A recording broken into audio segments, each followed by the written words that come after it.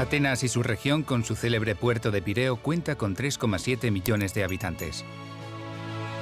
Esta metrópolis cosmopolita cuenta con un territorio de 428 kilómetros cuadrados y acoge a un tercio de la población griega. Atenas es la ciudad más grande de Grecia.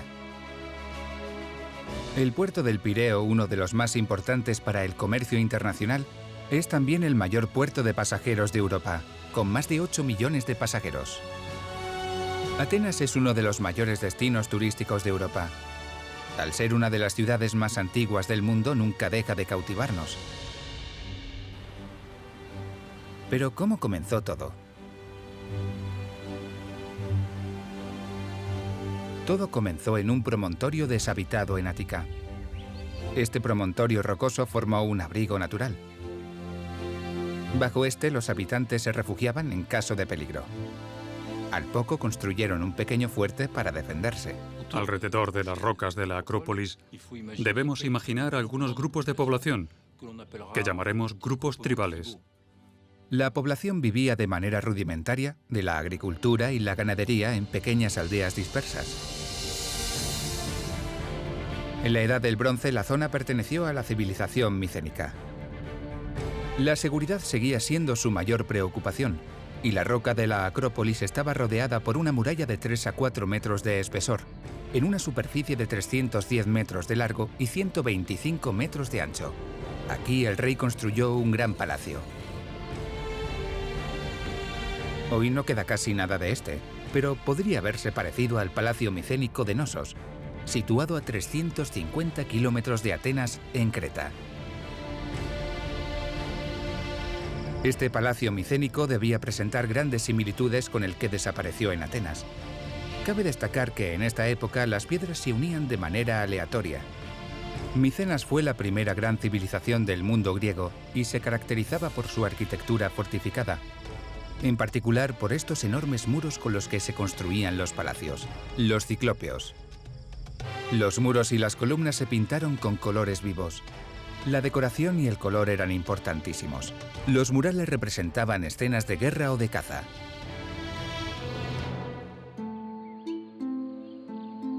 En la región de Atenas surgió una pregunta crucial.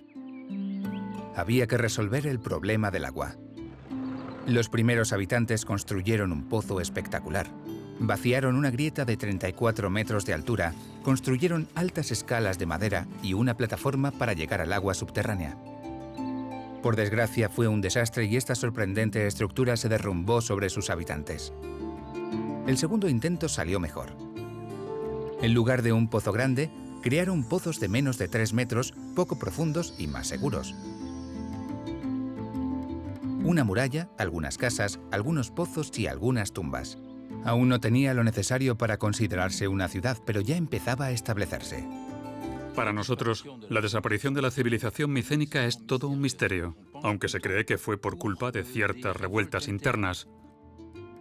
El palacio micénico desapareció y ya solo queda su muralla en la Acrópolis.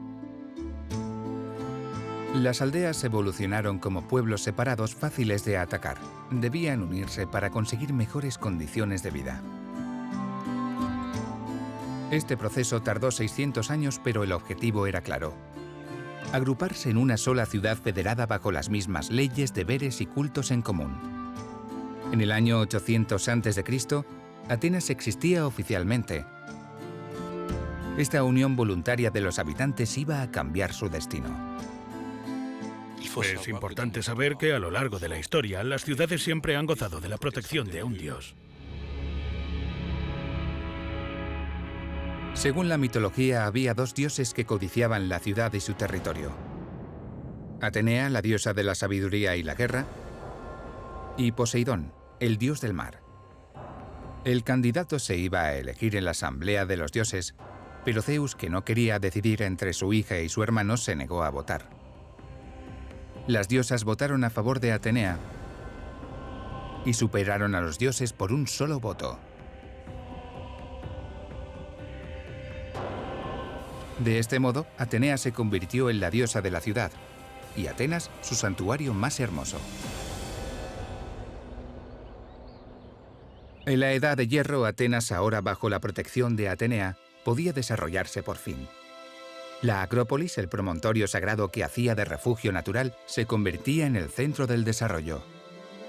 Este promontorio ofrece un espacio de 270 por 150 metros y se eleva 156 metros por encima del nivel del mar.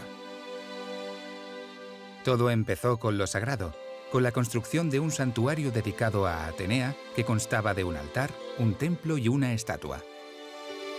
Y probablemente continuaba al norte con el ágora, una gran plaza pública donde los habitantes se reunían y resolvían los problemas de la ciudad. Al pie de la colina se crearon las tiendas y las zonas residenciales.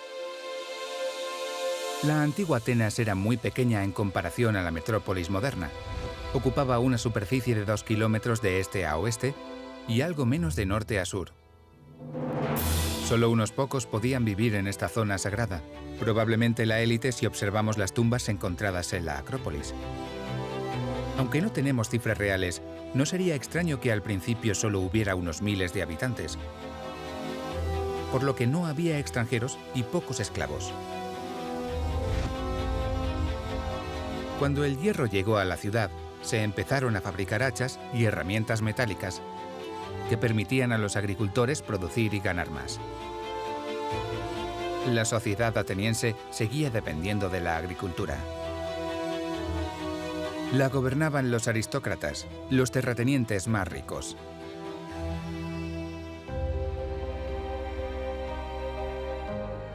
Pero en el siglo VIII, como en el VII, el agua seguía siendo la mayor fuente de preocupación.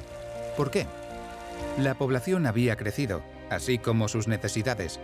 Es un país cálido y propenso a la sequía, por lo que sus 3 ríos no eran suficientes para evitar su escasez. Se presentaron 2 soluciones. Primero, usar los pozos que ya existían anteriormente. Segundo, recoger el agua de la lluvia con grandes tinajas enterradas. Pero encontraron algo mejor. Aljibes subterráneos de gran capacidad en forma de botellas gigantes.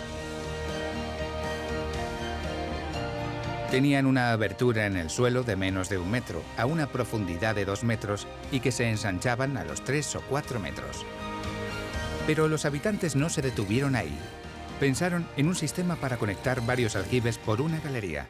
Las casas ricas poseerían 4 o 5 de ellas. Por desgracia, la población siguió padeciendo la escasez de agua. Había que proveer de agua a los habitantes. Y para ello, había que traer el agua de lejos. Así que se inició la construcción de un gran acueducto que llevaría agua al centro de la ciudad. Podían construir muy buenos acueductos siempre que la gravedad lo permitía. La pendiente tenía que ser continua de principio a fin, y podía hacerlo a lo largo de muchos kilómetros. Gracias a esto podían traer agua desde unos 10, 15 o 20 kilómetros de distancia de la ciudad. La finalización de este acueducto nos conduce aquí, a la esquina sureste del ágora. En este lugar se encuentran los restos de una fuente romana, el primer edificio público que ofrecía agua corriente gratuita.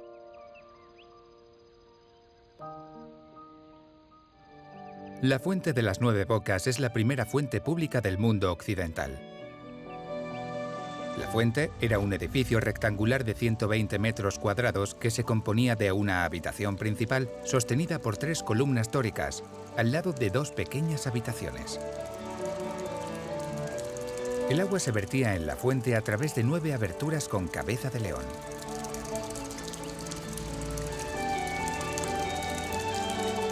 La fuente de Eneacrunos fue la primera fuente pública de Atenas, pero también era un lugar de reunión de mujeres donde podían conocerse mientras llenaban sus vasijas.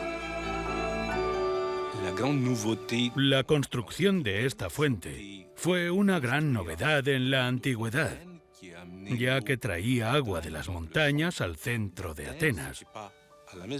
No llegaban a casa, pero fue una revolución, porque ya no necesitabas tener tu propio pozo. Ya había agua para todos. Aunque estuviera mal construida, el ágora ya se concebía como un espacio reservado a usos colectivos, por lo que es natural que la primera fuente de la ciudad se instalase aquí.